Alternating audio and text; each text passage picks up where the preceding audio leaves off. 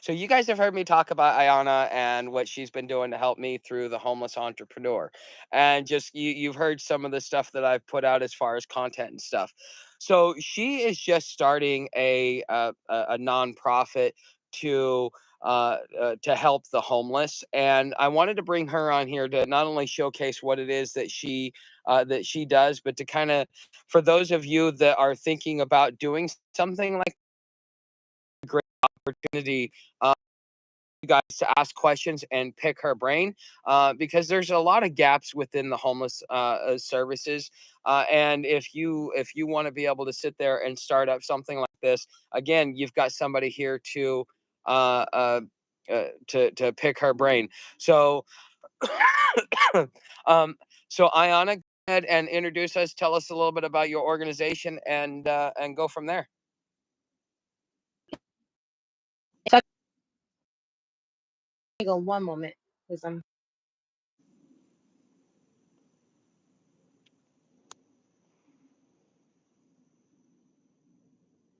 You okay? Did we lose you? just getting Okay, there you go. it. I don't know where it's coming from. So give me one Oh. sec.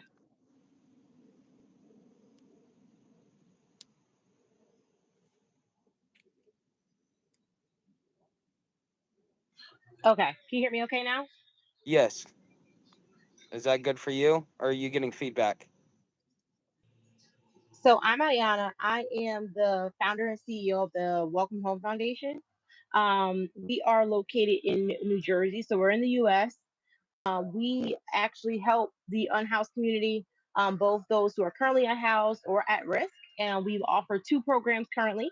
We run a Good Soil Bible Study that I do. We are Christ Driven as a Rooster Stability Program where we partner out with other organizations and help people with employment services. Our big push right now is that we are building out a network um, of local organizations and businesses to really get the unhoused community employed. So really excited about that partnership right now. But ultimately, at the Welcome Home Foundation, we believe that home is not just a mere shelter. We really just try to use a three-pillar approach to make sure that people kind of understand that this is about community. This is a we effort. One person, one organization is not going to end homelessness. It's going to take a collective effort, and our organization is here to break down barriers and just try to bring everyone together. So you said that you do an employment program. Are you working on the digital marketplace, or are you predominantly working with like brick and mortar? And you're saying you're developing connections within the community. Is this like employers that that would possibly hire individuals? Yeah, so we're building out a network. Can you hear me now, Tuck? Yes, I can hear you. Okay. So yeah, so we're not working on a digital marketplace per se because what I am finding with our clients now, the skill sets and everything that they're looking to do, they're looking to just work in the community. So this is partnering out whether it's our local municipalities, local businesses, restaurants, um, any all businesses around us, just trying to see if they would be willing to connect with us and partner in.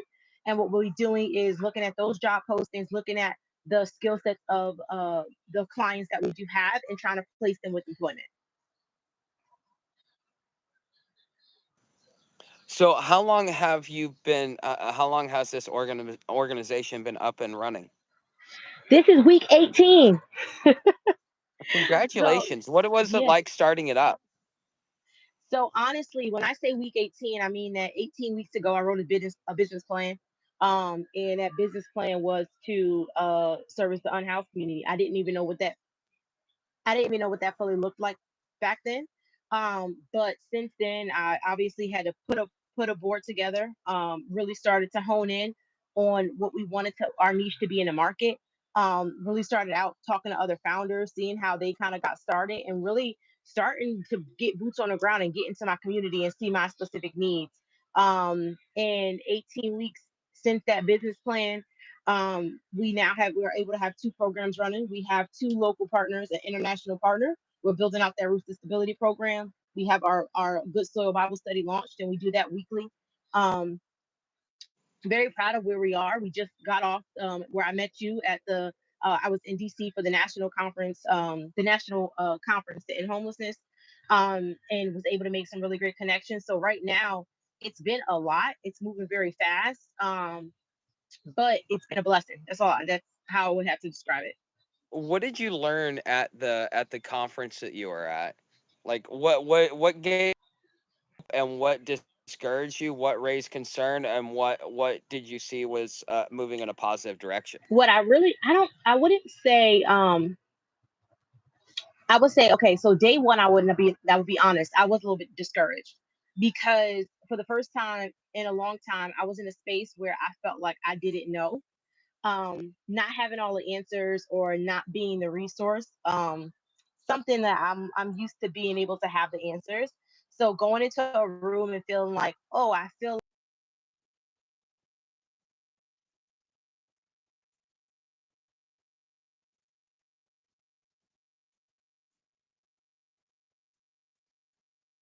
different connections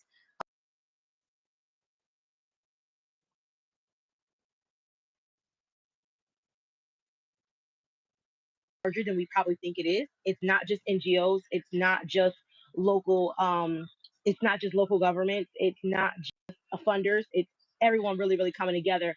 And sometimes I'm thinking of that as unconventional kind of partners. It's going to take a collective effort from just about everybody across the country to really come together to end homelessness. And I think that that was my greatest takeaway.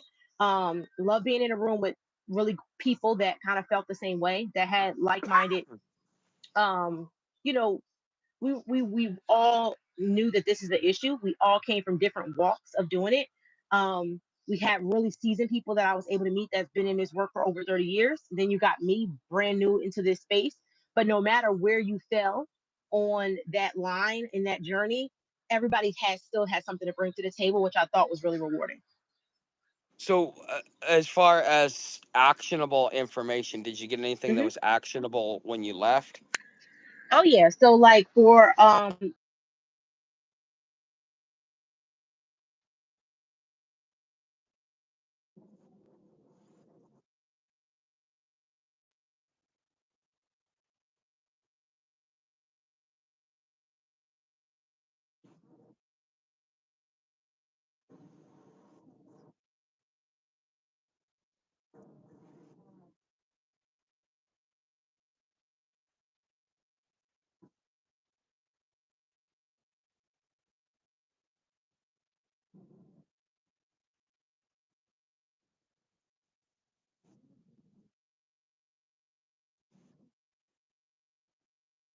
are in mindset, but to be able to, okay, let's bring this to life together. We actually can do that now because I'm making those specific efforts and those steps to start bringing it to life. So you said that you also, in our conversation, you were talking about the homeless speakers as well. How did Hmm. with listening to them, how did it change your perception of the homeless community? So I wouldn't say necessarily something changed my perception.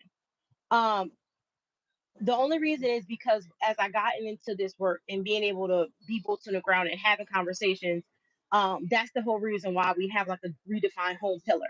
It's because even if somebody doesn't have a physical space that they're laying their head at night every single night, and that's a quote unquote home, everybody pretty much still has very similar definitions of what that means. So I don't think necessarily anything changed my opinion. I think to be able to see the level of perseverance, the level of faith, support, how amazing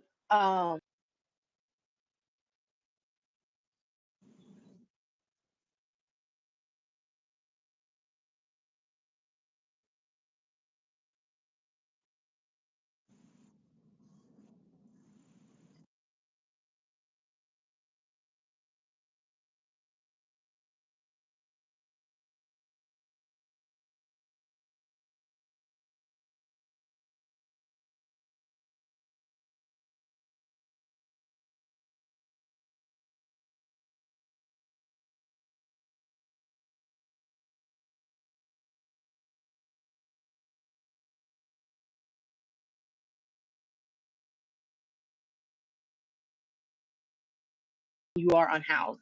Um, I think that the conference for me, not I would I guess for me too, may have broke some stigmas in terms of like even what's possible and where people can go, and understanding that that limitless potential, which is one of our values, is really really possible, because it is something that like everybody is their own change agent, everybody is their own advocate, and as long as they're given that right support, they're able to kind of achieve what they want. So I wouldn't, to answer your question full circle, I don't necessarily think something changed, because I think that I have a very open perspective, especially chatting with you every few weeks, chatting, with the women I work with every week as well. I think that my lens has been starting to be unveiled already when it comes to the unhoused community.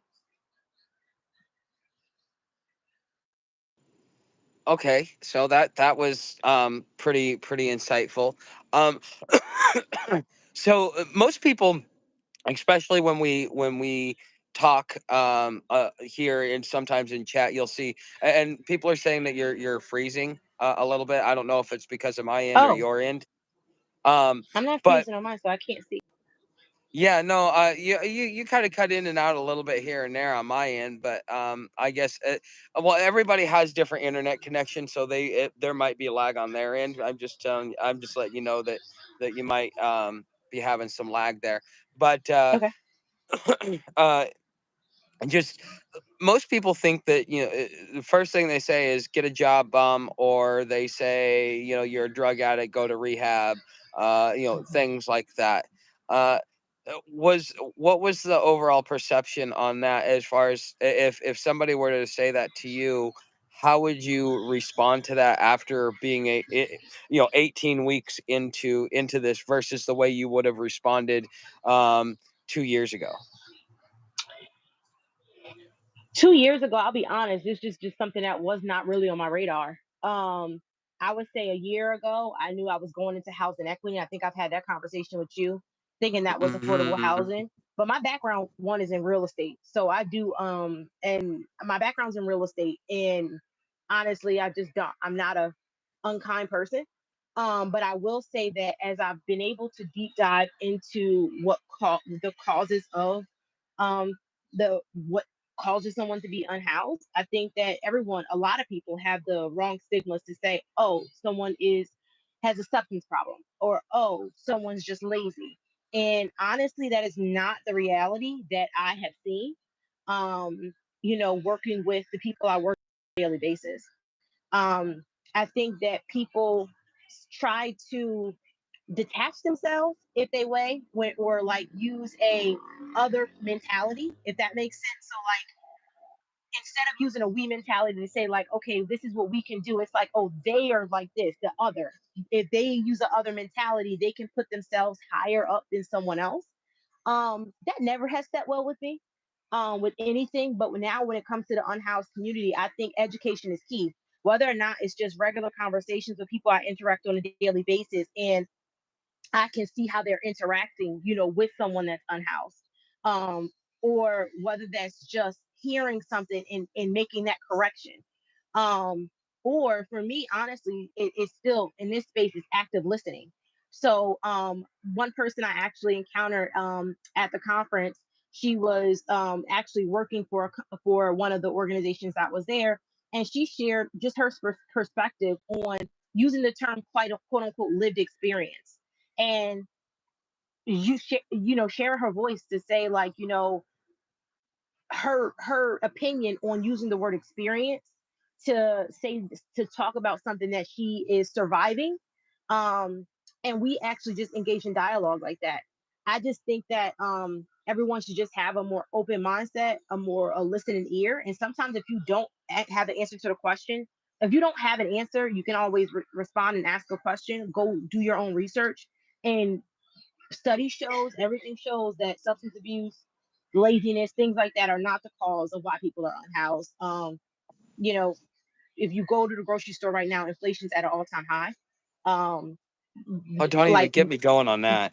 right. Oh So it's man, like I just we're gonna see. Go ahead. I just spent $100 on my resupply, and they just cut my food stamps by $88.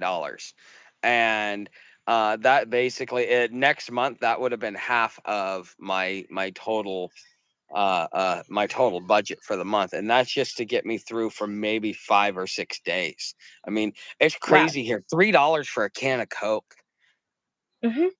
but it only seems like Yeah, you go to everybody's Ohio. experiencing that. Well, you go to Ohio, you're paying a dollar 89. You go to West Virginia, you're paying a dollar 89. For some reason, it seems to be the coastline that's paying the most when it comes, because the more Yeah, inland I go, the cheaper it I've been seems to looking. get. Go ahead. Mhm. No, Go I was ahead. just saying, like, I watched a video the other day where someone like put the same items in their cart, and I think a few years ago they paid like $100, and now that cart was like over $400, and it made no sense. And it was just like, how do we get here? So I think that when people are, I think that's twofold though. I think that right now, because of where prices are, where people, rent is at an all-time high, mortgages are, people, it's hard for people to buy a home today. It's not like there's no the middle class is being cut out. Like, with all these things in here, I think there is an extra level of empathy, I would say, to understand how things can occur. I think that we need to optimize on that empathy in those listening ears, because everybody's experiencing this right now. To optimize and say, like, hey, listen, now that we all got our ears open, this is what issue that we really need to address, and this is actually what's happening to people that cannot afford to live day to day. Um, I'll be honest, a lot of the people I meet, it's not that they're not working, it's not that they are lazy, it's none of that. It is that rent in New Jersey is ridiculous. Like, that's it. Rent in New Jersey is ridiculous. And even getting assistance and everything like that, people are on wait lists. So it's not as simple as someone may make it seem. So, like, a lot of your clientele are people that already have work. They're just looking for either more work or something that pays better. It's a mix of both. I'll be honest, but but honestly, I do work with a decent amount of people that have jobs. Now, if they can be or could they have better work? Yes, right? Could they have a different job? Yes, and that's what we're working towards. But that's all to say that this is a journey. It's not just a destination and go to housing. So on this journey, everybody's starting at different places. You're not walking in with every single person starting at this stage. There are people here, here, here, here, and here, and you got to meet them where they're at. So there's a lot of people that I see on Reddit, and they're talking about finding a job and things like that.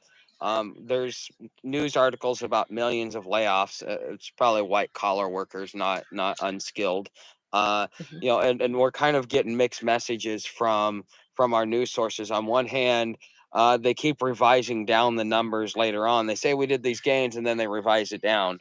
And not only that, the layoffs and the wages not going up, and plus, like, I guess what Tyson moved a plant to New York to hire 50,000 of these migrants, and fired 2,000 Americans to be able to do that. So, like, are you seeing this in the makeup of the people that you're dealing with, or and especially when it comes to making connections to find employment for your clientele? Okay, so twofold. I would say, in terms of my clientele, the layoffs that we're seeing across the board, no, they're not in that specific market, right? Um, but I'll get back to that. So no, they're not in that market. Where I am trying to, the connections that I'm making in our networks to build out for my clientele, um, based on different skill sets that I am working with. Some of that is going to be entry level. Some of them are going to be supervisory level, and those are readily available jobs. More so brick and mortar things that are not going to be going out of style. Um, to your point though, on the front half of what you just said, of those people that are incurring layoffs and everything else, those are my colleagues though, right? Those are people that I know. And honestly, like, even with my last role, like, when I left my last role, like, I was actually did a contract for a company that did a massive layoff, like 20% of their workforce. um that is happening every day. And I think that that type of conversation, to understand what's going on there, that is the pool of people though that needs to really pay attention, because they may be entering in situations where they may have never thought they would be in.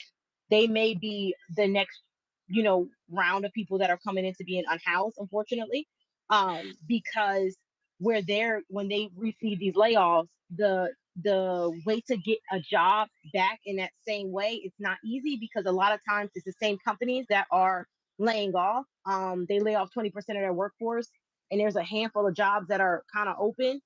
Everybody here is not going to be able to grab a job. So a lot of times these people are having to, once switch their skill sets, go elsewhere, switch industries, which is taking a longer time for them to actually find employment. This is not just, and like we said, with rising inflation, um, with just the rise of rent and everything else, it's a lot quicker to say, like, our savings accounts and everything else that could have sustained us a little bit longer, that money's going to be running out a lot quicker. So, I think, to answer your question, the clientele I'm dealing with right now, no, that those type of layoffs are not impacting them. However, I can see that the at risk community that we will be working with, they are a part of that community, because we're going to be working with some people that probably never expected to be in this situation. So what are you doing? What is your role in mitigating that for that community? Because I mean, you've heard me talk about 90 million homeless. That's my Mhm. estimate. 30% of the population. That's moms, dads, sons, daughters, aunts, uncles, everybody. Right. Okay, and it's a lot easier for the families to be able to get housing until there's so many families that there's no housing left. So when something like that comes around, what are you doing to set yourself apart to be able to mitigate it so when the dust settles, we still have a workforce? Because that's your primary role at this point. Yeah, I'm so to answer your question, just make sure I understand, what is our strategy in terms of at risk? Well, not just at risk, but we're talking about your friends and colleagues that are going to end up coming down. Like we're white collar all the way down to no Mhm. skill jobs. You're going to be dealing with a lot of those people and dealing with those higher like white collar, blue collar type workers. Those are going to be that's going to be the workforce of the future. So I'm more worried about what are you doing to be able to create the connections to kind of keep those guys going versus because the low skill no skill jobs, those will always be around Mhm. in some form or fashion, but the higher end jobs are much Right. harder to find, and so like you have the ability to network.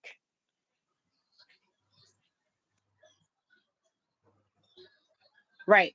So I think the first part to that is, what I am is building out connections with our housing authorities, our local housing authorities. I live in a county I live in.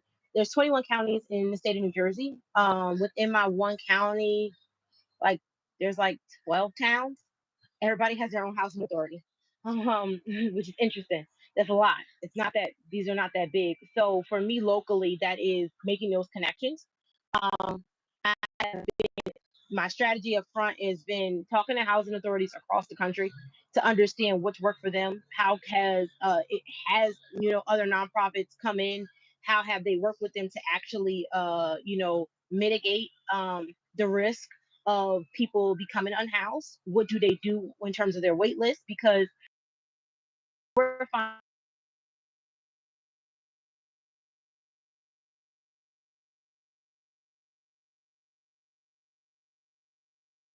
people most of the times that are on those wait lists